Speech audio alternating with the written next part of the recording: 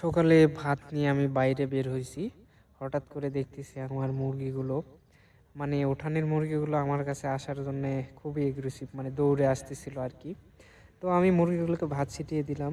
দেখেন ওরা কত উত্তেজনার সহিত এই ভাতগুলো খাচ্ছে। এই মুরগিগুলো দেখতে অনেকটা হেলদি, অনেকটা স্বাস্থ্যবান। কারণ এগুলো সাইডে দিয়ে পালা হয় আরকি।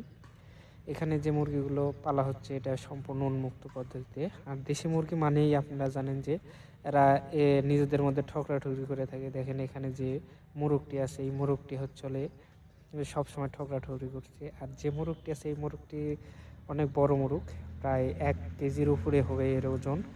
আর দেখেন এই হচ্ছে হলো এদের সর্দার, সবাইকে দাবড়াচ্ছে। তো এই মুরগিগুলো আমি শখের বশতে বাড়িতে পালে আরকি। এই মুরগিগুলো তেমন বাণিজ্যিকভাবে আকার দেওয়া হয়নি। তবে বাণিজ্যিকভাবে পালার একটা চিন্তাভাবনা করেছি। আমার জায়গা সংকট। তো জায়গা ম্যানেজ হলে আমরা অবশ্যই এটাকে বাণিজ্যিক আকারে নিয়ে আসবো। আর আমি ঘর তৈরি করব সেটারও একটা ভিডিও নিয়ে আসবো। এর আগের ভিডিওতে আপনাদের আমি বলেছি।